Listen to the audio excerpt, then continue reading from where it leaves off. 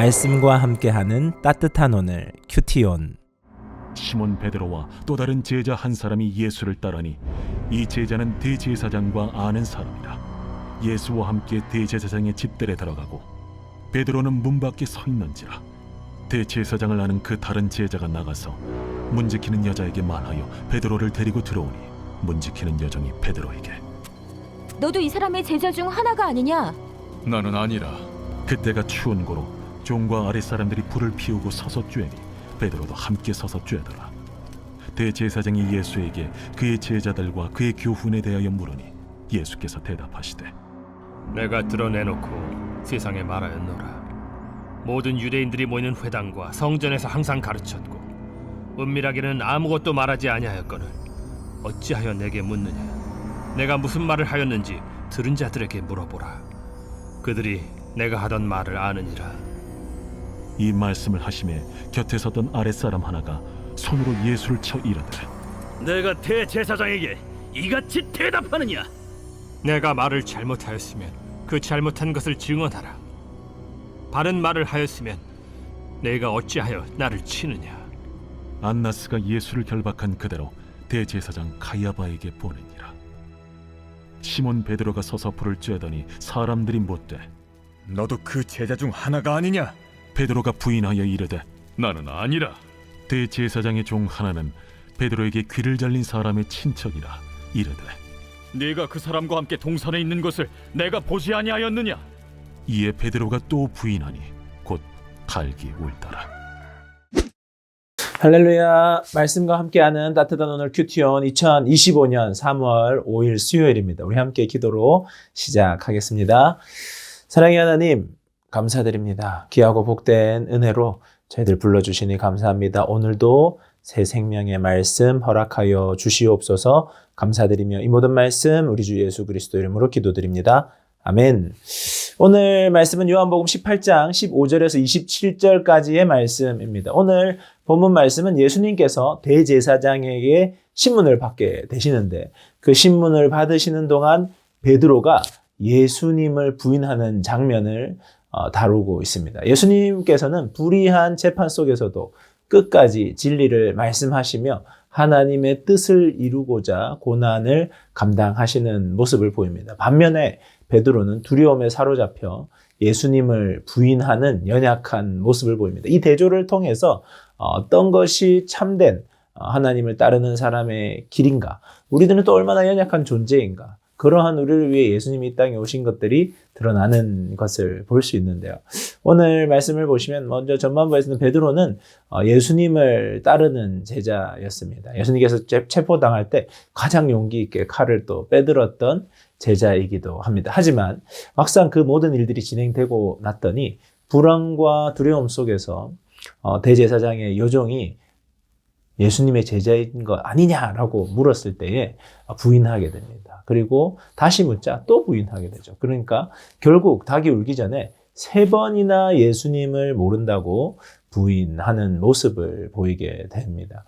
베드로는 누구보다 예수님을 사랑했고 예수님을 뜨겁게 대했던 사람입니다. 그런데 그가 두려움이라는 큰 상황 앞에서 자신의 신앙을 감추고 부인하는 연약한 모습을 보이게 됩니다. 베드로의 이러한 실패, 베드로의 연약함을 통하여서 우리들은 무엇을 보게 되느냐? 나중에 예수님께서 베드로의 그 실패에도 불구하고 그를 품어주시고 용서하시는, 품어주시고 용서하신 하나님, 품어주시고 용서하시는 예수님을 깊이 경험하게 되는 것입니다. 신앙의 길 위에서 우리도 두려움과 연약함으로 인하여서 넘어질 때가 많이 있습니다. 여러분 그럴 때가 많이 있지 않으신가요? 그럴 때마다 자기 자신에게 실망하고 이대로는 신앙은 안 된다라고 생각하지는 않으셨습니까? 베드로도 이렇게 넘어졌던 모습을 보게 됩니다. 두 번째로 이렇게 베드로의 실패를 보여주면서 또한 예수님께서는 어떻게 하고 계시느냐. 19절에서 24절까지의 예수님이 대제사장에게 신문받는 모습이 나오는데요.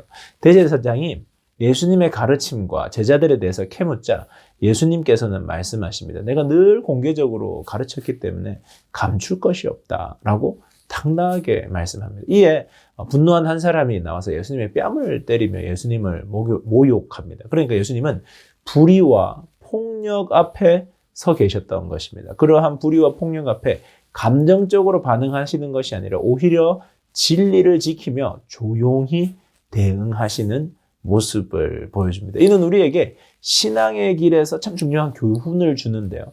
우리들이 예수 그리스도를 믿고 따라갔을 때 그 예수 그리스도의 복음 때문에, 하나님을 믿는 신앙 때문에 위협이나 두려움 앞에 설 수 있다는 것을 말씀하고 있습니다. 이러했을 때 우리도 예수 그리스도께서 걸어가신 그 길처럼 걸어가야 되겠구나라는 생각을 하면 좋죠. 여러분 어떠신가요? 우리는 예수님처럼 담대한 사람입니까? 아니면 베드로처럼 연약한 인생입니까? 우리의 인생을 돌아보면 베드로처럼 연약하고 넘어지고 신앙을 위해 담대히 나서지 못하는 우리의 연약한 모습을 너무나 쉽게 볼 수 있는데요. 베드로의 삶을 살펴봐도 동일합니다. 베드로가 처음엔 두려움에 빠져서 예수님을 부인했지만 예수 그리스도의 부활을 경험하고 성령의 강림을 경험한 이후에 완전히 변화되는 모습을 보게 됩니다. 그러니까 자신의 연약한 모습이 완전히 변화될 때에 복음으로 당당히 설 수 있다는 겁니다. 우리의 힘만으로 우리가 세상의 위협 앞에 당당히 설 수 없습니다. 우리는 그렇게 강력한 존재가 아닙니다. 그러나 십자가에서 우리를 위해 모든 고난을 감당하신 예수 그리스도를 깊이 경험하면 경험할수록 그분을 만나게 되면 성령님께서 우리 가운데 함께하여 주시면 우리가 변화되어 나아갈 수 있다는 겁니다. 그렇기 때문에 우리는 더 강해지자라고 결단하는 것이 아니라 더 깊이 예수님을 알고 더 깊이 예수님을 의지하자라고 다짐해야 하는 것입니다. 우리의 연약함을 붙잡으시고 연약함 중에 우리를 포기하지 않으시고 우리를 이끌어 가시며 예수 그리스도의 모본으로 이끌어 가시는 그 하나님의 품 안으로 나아가시는 우리 모든 세문안의 청년들 되기를 축복합니다. 묵상을 위한 질문입니다. 첫 번째 질문은요. 나는 두려움과 염려가 엄습할 때 어떻게 반응을 보이고 있습니까? 두려움과 염려가 엄습할 때 여러분 어떻게 반응하고 있는지 한번 돌아보시면 좋을 것 같고요. 두 번째, 하나님의 도우심이 가장 강력하게 필요한 내 삶의 가장 연약한 부분은 어떤 부분입니까? 이 두 가지로 오늘 묵상해 보시면 좋겠습니다. 묵상을 하며 들으면 좋은 찬양은 수많은 무리들 줄지어 수많은 무리가 예수님 앞에 나온 것을 이 찬양을 들으면서 우리들도 예수님께 더 가까이 나아갈 수 있는 오늘 이 하루 되기를 축복합니다. 우리 함께 기도하겠습니다.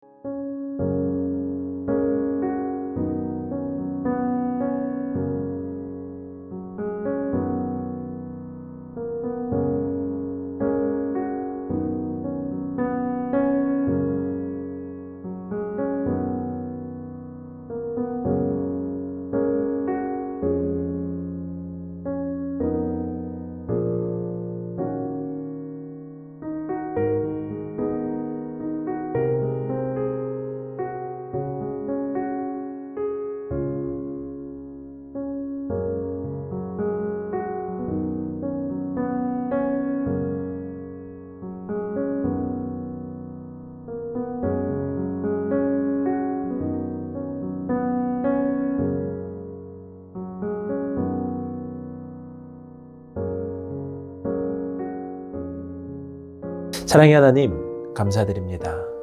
저희들이 참 연약합니다.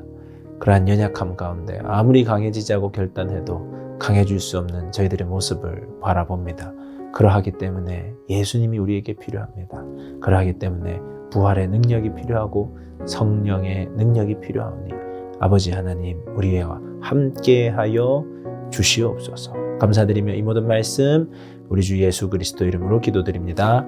아멘. 좋은 하루 되세요. 안녕.